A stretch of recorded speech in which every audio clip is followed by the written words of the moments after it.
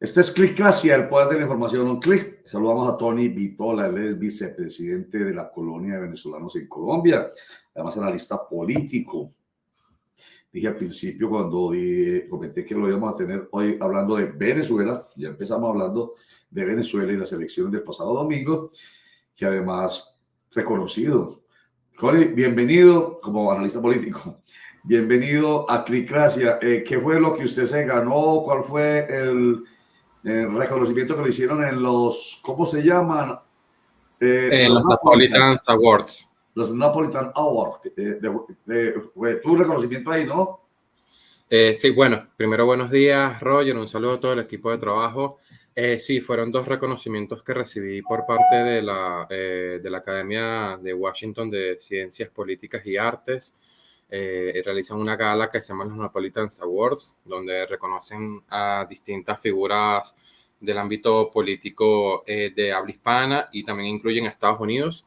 Y yo he recibido, gracias a Dios, por el trabajo que hemos podido realizar en dos oportunidades, dos galardones. El primero como liderazgo juvenil emergente y el segundo de Global Democracy Awards. Qué bien, Tony. Tuve que lo mencioné al principio, yo no recordaba el detalle, así que gracias por recordárnoslo y de nuevo felicitaciones. Bueno, Tony, finalmente no, hoy no hay para hablar de finalmente. ¿Cómo va el proceso? ¿Cómo va ese proceso en Venezuela? Bueno, la gente en este momento sigue en las calles, elevando su voz de cambio. Lamentablemente ya van más de 13 asesinados por los grupos colectivos, por el régimen venezolano, 13 asesinados desde el día lunes hasta acá, en protestas en distintos estados del país, siendo Aragua, que es de la región central, a 1 hora y media aproximadamente de Caracas, el estado donde han asesinado más personas, cientos de heridos, cientos de capturados. Entre los capturados está Freddy Superlano, que es el líder actual del partido político Voluntad Popular en Venezuela, partido político de Juan Guaidó y de Leopoldo López, que hoy se encuentran en el exilio. Se lo llevaron secuestrado el día de ayer en horas de la mañana, y hablamos de secuestro porque Freddy no ha hecho nada malo, simplemente exigir un cambio para nuestro país. Se lo llevaron sin orden de detención, sin ningún tipo de orden, simplemente lo montaron en una camioneta, se lo llevaron. Nos recibimos información en horas de la noche del día de ayer de que lo están torturando en la sede del SEBIN, lo están torturando para que confirme un supuesto plan de golpe de Estado que ellos mismos están orquestando, ¿no? Pero quieren usar a Freddy como para que él se pronuncie diciendo, confirmando dicho golpe, ¿no? Entonces, eso es una maniobra que siempre ha hecho el régimen en estos últimos años. Yo personalmente, que estuve durante muchos años allá en Venezuela al frente de la lucha, tuve muchos amigos que los secuestraron y los torturaron durante meses. Entonces, bueno, ese es el modus operandi de un régimen que solamente le queda como mecanismo para permanecer en el poder la violencia, porque hoy no cuenta con el respaldo de la comunidad internacional, no cuenta con el apoyo de la gente, y cada hora que pasa hay militares, que son pocos, pero los hay, que se están poniendo del lado de la gente, cosa que nunca nos había pasado en Venezuela en los procesos electorales anteriores. Tony, buen día, cordial saludo. Con base en la información que usted tiene, en lo que se ha visto, en lo que conoce que está sucediendo en Venezuela, ¿qué tan cerca, tan lejos, qué tan especulativo es el tema de una posible confrontación ya en términos, por ejemplo, de guerra civil?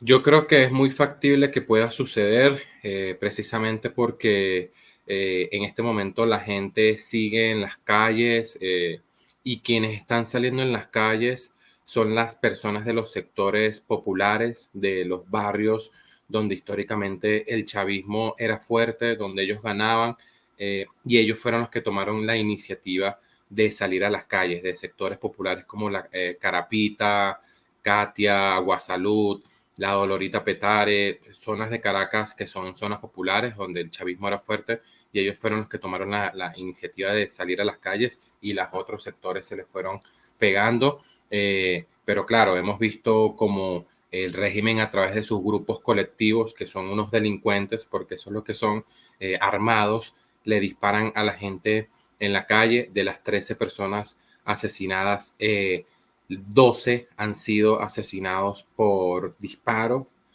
por un disparo por parte de estos malandros. Entonces sí es una posibilidad real, porque la gente, como hemos visto, no está dispuesta a ceder en las calles.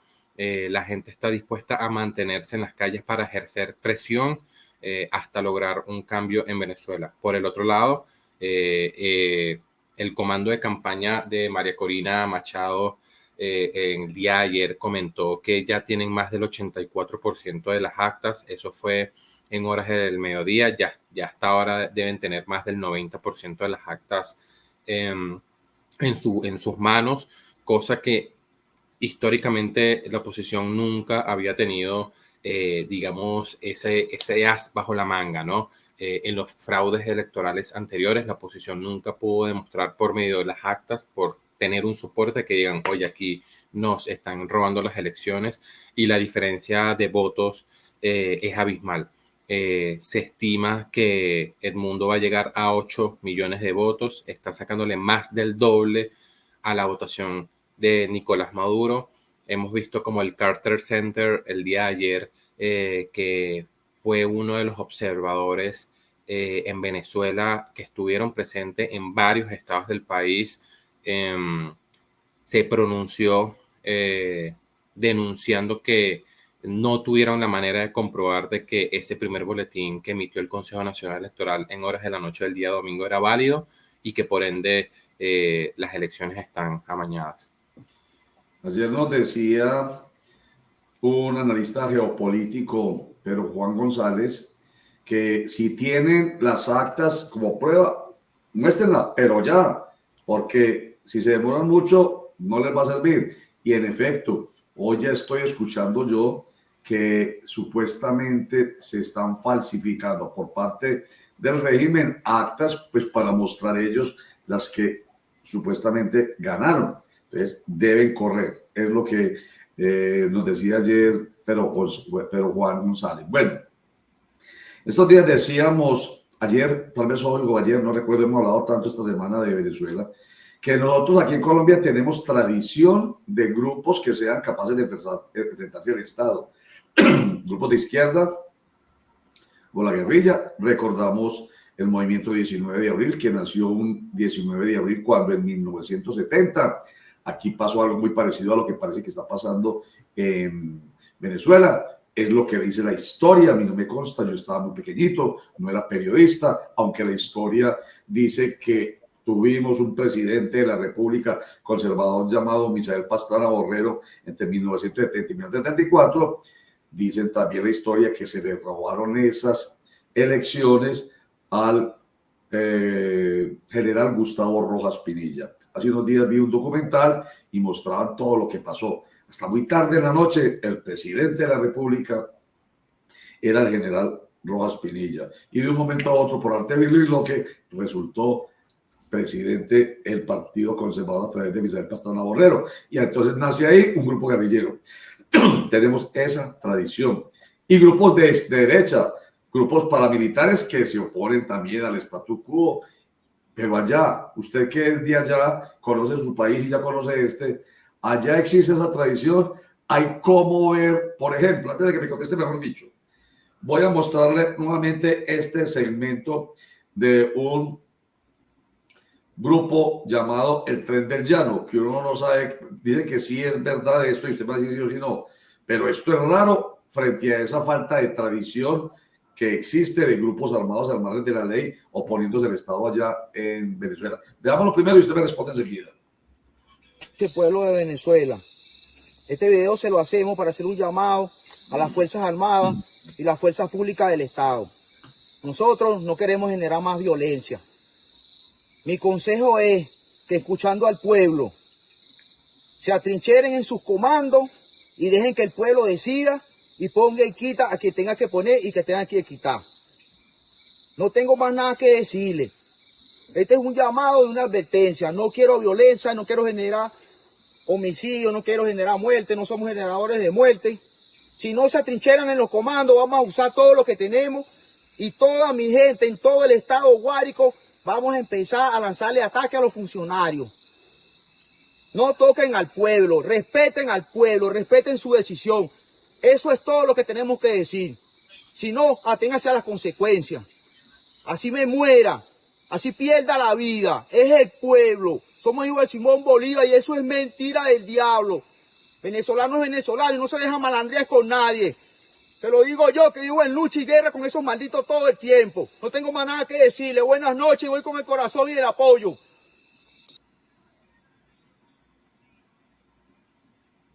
Tony Vitola, entonces su comentario a propósito de la tradición de la que le estoy preguntando y la existencia de posibilidades de como esta, ¿sí o no?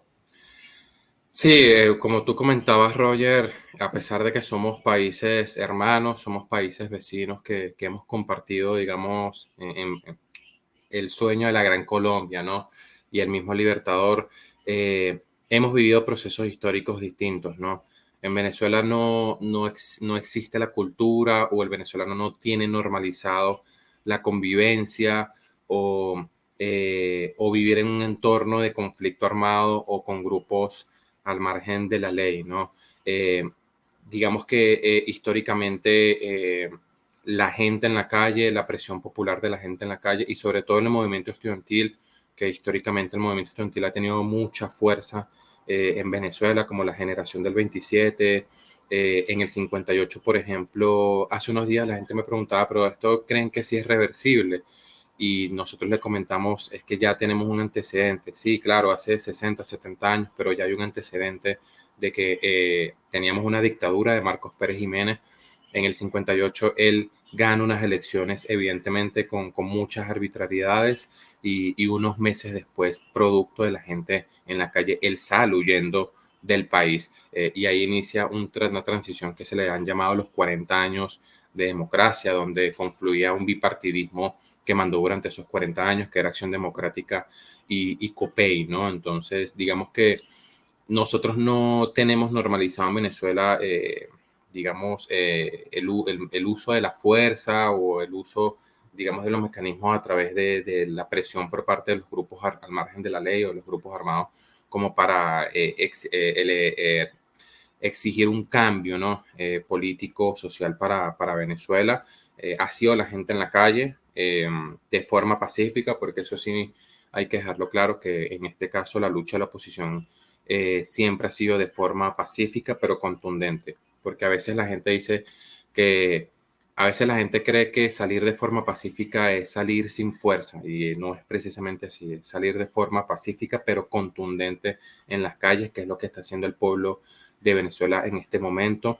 Pero claro, hay otros factores que influyen mucho, influirán mucho en que nosotros podamos lograr el cambio y la transición que deseamos en Venezuela y es uno, la gente en la calle presionando, pero con conducción política, no de forma espontánea, porque de forma espontánea la gente tiende a desgastarse, tiende a enfriarse la calle y por ende tiene que haber una conducción política en manos del equipo de campaña de María Corina, encabezado por ella. Dos, las actas son muy importantes porque demuestran que tenemos el soporte de que hubo fraude en las elecciones y no es simplemente un disparo al aire de decir, sí, nos robaron las elecciones, pero no, o sea, hay un soporte que se tiene.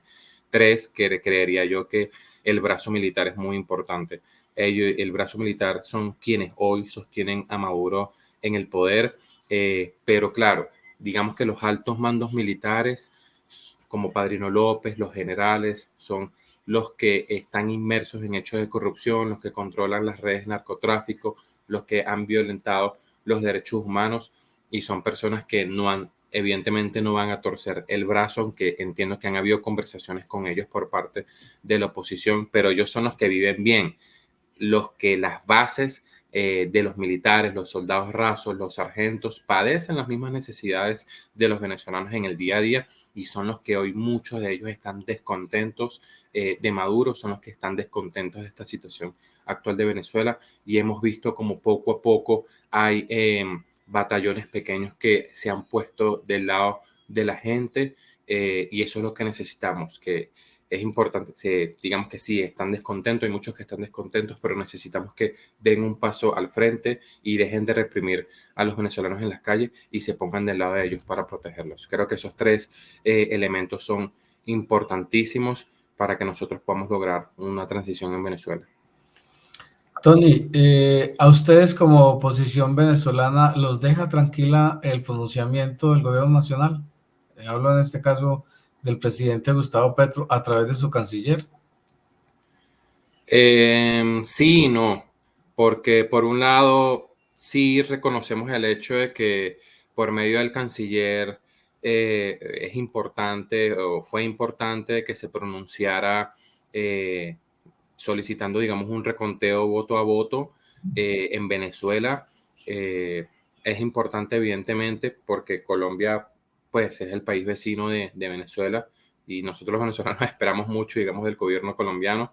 Entonces, por un lado sí, pero por el otro lado sí nos preocupa el silencio de Gustavo Petro porque evidentemente, digamos, el proceso conductual es por medio del canciller, de la Cancillería, pero hemos visto que en los otros países se han pronunciado directamente los presidentes que incluso comparten el mismo lado ideológico, ¿no? Como en el caso de Gabriel Boric en Chile, él ha salido a pronunciarse y el silencio de Gustavo Petro también deja mucho que desear, ¿no? Sin embargo, más allá del gobierno colombiano, creo que nosotros los venezolanos le damos más peso al respaldo, al apoyo que hemos recibido por parte de los 50 millones de colombianos que han demostrado su afecto, han demostrado que les duele la situación en Venezuela y a nosotros nos pesa más eso, porque los gobiernos van y vienen, a este gobierno le quedan 2 años nada más, pero nosotros seguiremos conviviendo con los colombianos y compartiremos fronteras durante todo el futuro, Sí, toda la historia. sí. Ahorita le mostré la posición beligerante de un grupo armado al margen de la ley, el Tren del Llano, en defensa del pueblo.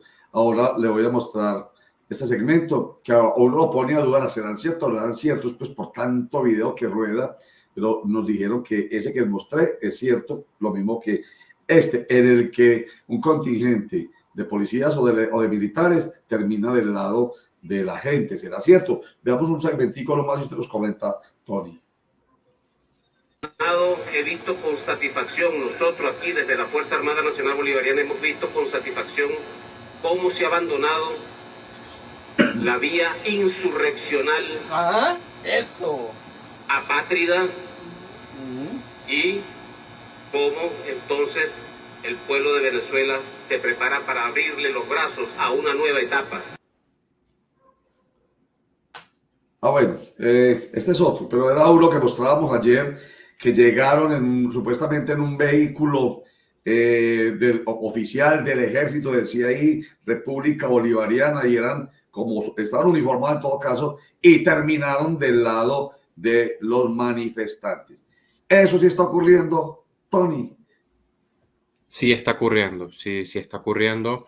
En varios estados del país nos han reportado información de que tanto efectivos policiales como fuerzas militares se están poniendo del lado de la gente porque es lo que comenté anteriormente. Los que viven bien, los que están, digamos, económicamente bien, los que se han lucrado del régimen son los generales, son Padrino López, pero los soldados y los sargentos han padecido hambre, han padecido esta misma situación, esta crisis económica, social, padecen de las mismas necesidades del venezolano a pie en el día a día y son los que hoy en gran mayoría están descontentos con el país. Claro, y sus familias, es que ellos no son personas que están ahí por arte de vivirlo, que no tienen familias, tienen esposas, hijos, tienen nietos, bueno, sí, hasta nietos, claro, por supuesto, padres, en fin, familiares, vecinos. Imposible, pues, que haya esa falta de conciencia. Arraigo, me está por aquí soplando. Arraigo es una palabra bien importante, Tony, y eso no lo desprende. Es que arraigo es como suena, tan agarrado como tan de las raíces, que sacarlos es muy difícil. Imposible entonces que eso pase con tantos miles, no serán cuántos. Aquí somos 300 o son cerca de 350,000 los hombres de la fuerza pública. No sé cuántos eran allá. Debe ser menos. Estamos hablando de un país de 52 millones con 350,000 miembros de la fuerza pública. Allá son 28 millones, eran menos. Pero son arraigados de todo caso. Sí, total. Y digamos que un factor diferencial entre las fuerzas militares venezolanas y las colombianas es que recordar que en el 2002, cuando a Chávez le hacen un golpe de Estado, el 11 de abril del 2002, parte de ese golpe de Estado infundado, digamos, en las calles, por parte de los venezolanos también, lo acompañaron ese golpe de Estado muchos generales y muchos militares en Venezuela, ¿no? Y desde ese momento, en lo que, bueno, a Chávez lo liberan, Chávez comprende que él, a pesar de que era militar, él no tenía la simpatía, digamos, de todos los grupos militares. Entonces, ¿qué hace él? Él comienza a mermelar, como decimos aquí en Colombia, a los generales. Entonces les comienza a dar alcaldías, gobernaciones, ministerios. De hecho, actualmente hoy hay muchos ministros y gobernadores que son militares.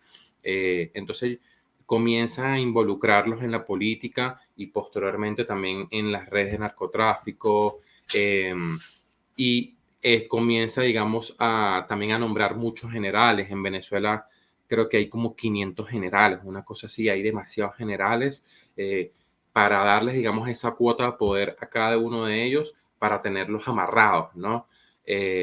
Políticamente y en defensa, digamos, de ellos. Entonces, esa es como la gran diferencia en cuanto a los militares venezolanos y colombianos. Para ir redondeando, ya José me dice que tiene el segmentico que quiero que usted vea, que quiero que nuestros internautas vean, ese segmentico que presentamos ayer y que tiene que ver con eso que usted está contando. Aquí está. Paz y no mantiene la calma, entonces tengo que actuar yo como garante de la paz y el orden. Pero no es la idea de que el pueblo, que los militares, con todo respeto que se merecen los militares, porque matar en ese pueblo se correcto. Pero no es la idea que los militares agarren su lucha contra el pueblo a una relación de mala. Nosotros estamos pendientes de algo pacífico. Claro. Sí, ok, que vamos a respetar,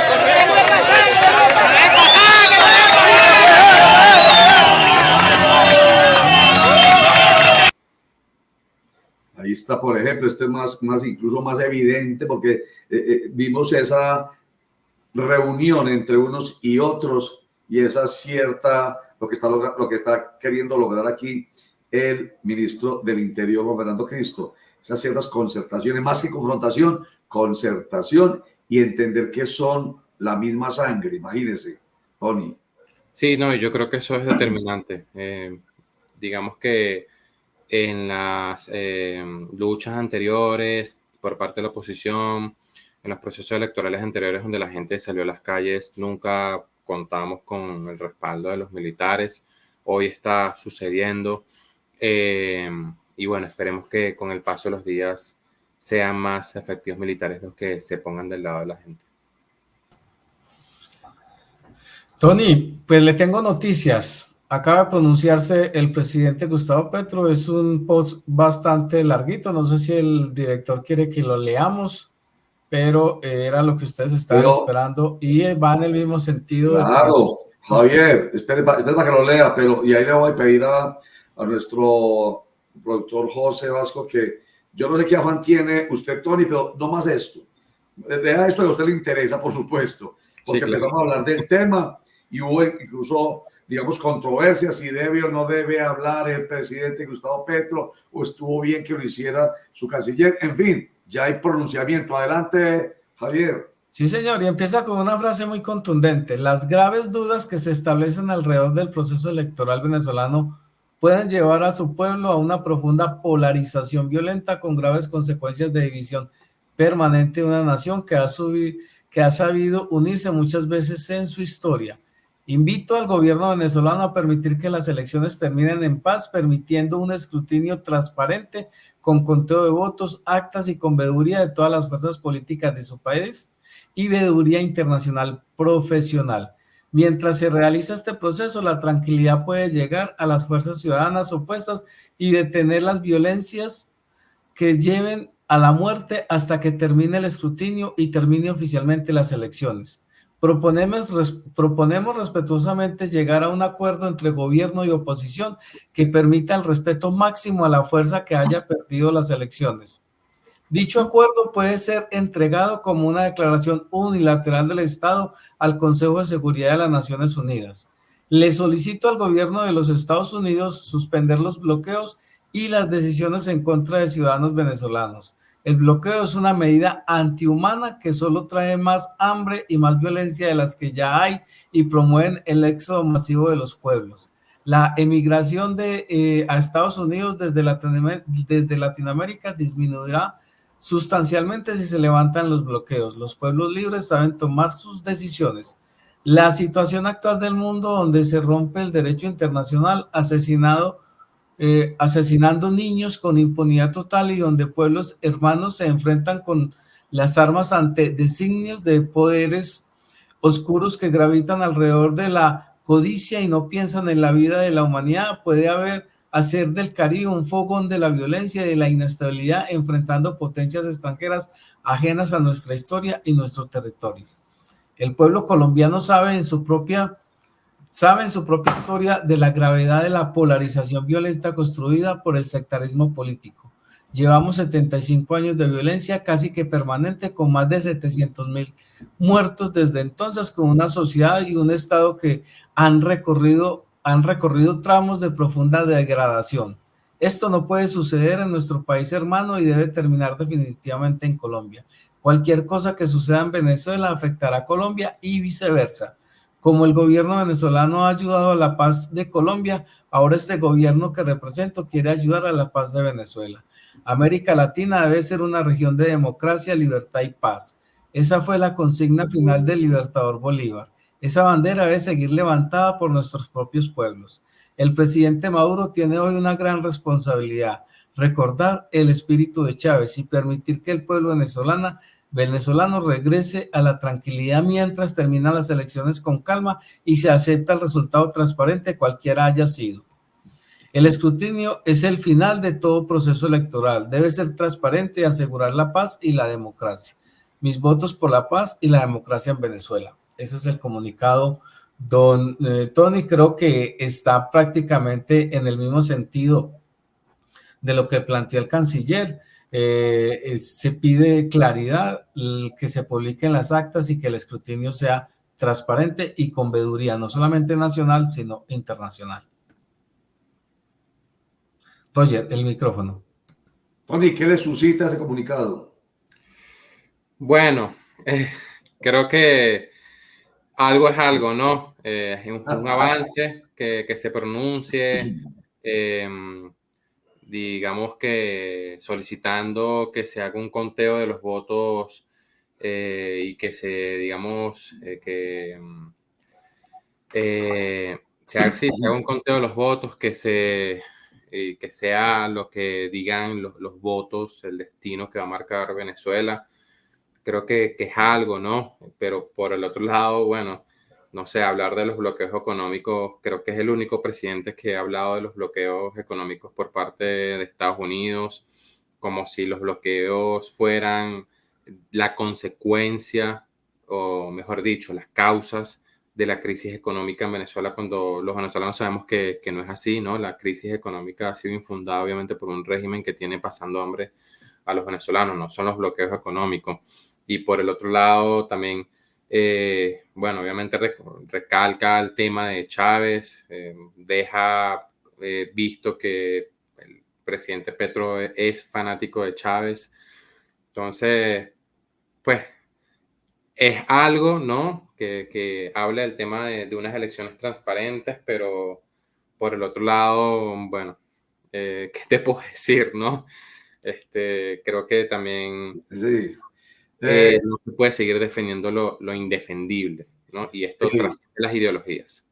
Yo voy a opinar, yo poniéndome en la piel de la oposición política en Colombia que le estaba exigiendo a Petro que hable y de los periodistas, de la mayoría de los periodistas que están en esa posición, hable, yo estaría en una actitud parecida a la de Tony. Algo es algo, pero no es. Le falta contundencia. Eso me suena a una verdad de perogrullo. Pues claro, todo lo dicho, mejor dicho, fue más contundente, más claro y más preciso el canciller. Sí, realmente.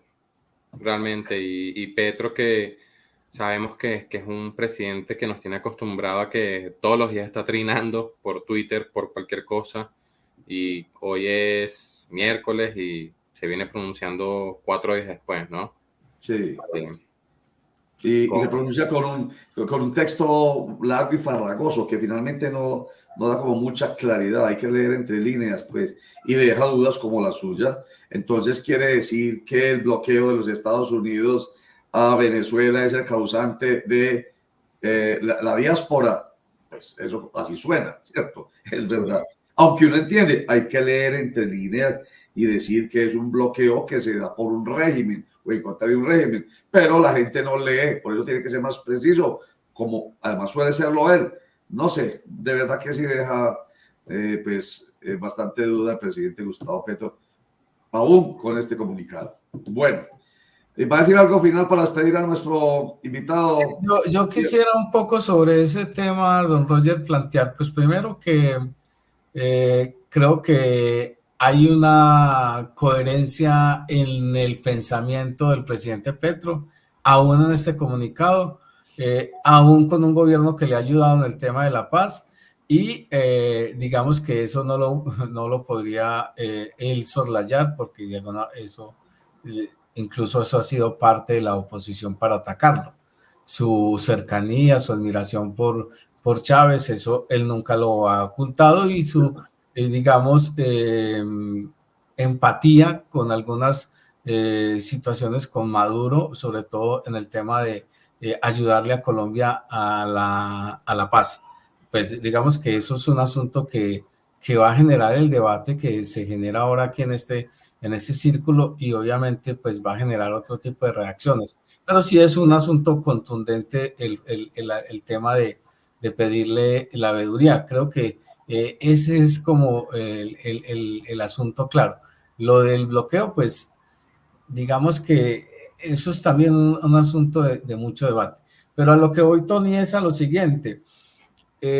Los opositores o los defensores y algunos analistas políticos dicen que tampoco la posición de María Corina Machado es una posición que va a unir a los venezolanos y que los va a sacar de esta crisis política. ¿Usted qué piensa sobre eso? Sobre todo porque María Corina Machado, durante toda su historia política, los últimos, digamos, 20, 30 años, ha sido muy coherente en ataques contra el chavismo, pero también en unas posiciones de extrema derecha que son muy evidentes. Bueno, como comenté anteriormente, este tema ha trascendido desde hace años, incluso, ¿no? Desde ahorita las posturas ideológicas, ¿no? Lo que está pasando en Venezuela. O sea, esto es un grupo criminal que está incrustado en el poder de Venezuela a toda costa, ¿no? Violentando la Constitución, violentando la democracia y respetando, digamos, la voluntad popular del pueblo que se expresó el día domingo. Entonces, hemos visto ejemplos como el de Gabriel Boric, que sabemos que es un gobierno de izquierda, muy izquierda, y se ha pronunciado rechazando lo que está sucediendo en Venezuela de forma contundente. De hecho, fue el primer presidente que se pronunció en Latinoamérica rechazando la situación en Venezuela. Entonces, lo que vivimos hoy en Venezuela, o sea, la gente en este momento no está pensando en derecha o en izquierda, o sea, la gente está pensando en que hay un cambio para Venezuela y que implica un mejoramiento en su calidad de vida. por parte de los venezolanos. Por eso comenté anteriormente que esto trasciende ideologías, estratos. La gente que salió a las calles son de las zonas populares, gente que se denominaba chavista, que votaron por Chávez en su momento, pero que no creen, digamos, en Maduro en este momento. Entonces, por un lado, María Corina, sí, en su momento se le tachó de que era una persona con un discurso muy de extrema derecha, pero hoy tú dijiste, Javier, una palabra muy importante que es coherencia. Hoy los venezolanos en su imaginario colectivo vinculan a María Corina con la palabra coherencia, porque ha sido una persona coherente en su discurso en contra del régimen, que no se ha doblegado en contra del régimen y que ella hoy representa el sentir de todos los venezolanos de que quieren un cambio para nuestro país. Yo digo, para terminar y despedirlo, agradeciéndole a usted, Tony Vítola, lo siguiente. Primero, solucionar este problema. El problema del régimen, que es evidente, de una dictadura, de una postura totalitaria. Ese es el problema que digo yo, es evidente porque se sabe qué es democracia y qué es dictadura. Entonces, primero solucionar este problema y luego a arreglar la casa. ¿En qué? En democracia. Y entonces ya se verá cuál es la postura de María Corina y cuál será la de la oposición a María Corina, pero en democracia. Eso es lo que yo leo finalmente. Termínese con el problema y luego a limpiar la casa. Tony Vítola, gracias por estar con nosotros hoy en Clicracia. Gracias porque nos ayuda a entender. Perdone que lo molestemos tanto, pero sin eso, ¿usted a quién entonces, Tony? No, Roger, yo más bien agradezco que ustedes estén tan pendientes de la situación en Venezuela. Para nosotros es importante que se visibilice lo que está pasando en Venezuela precisamente por los cercos informativos, por los bloqueos informativos que impone el régimen en Venezuela. Entonces, para nosotros es importante que medios como ustedes estén tan pendientes de Venezuela. Y bueno, siempre agradecido por la invitación a este espacio. Con mucho gusto. Tony Vítola, vicepresidente de la colonia de venezolanos en Colombia y además analista político con reconocimientos en la Academia de Política y Arte de Washington, lo que nosotros conocemos como Napolitano. Entonces, felicitaciones por eso. Otra vez, gracias.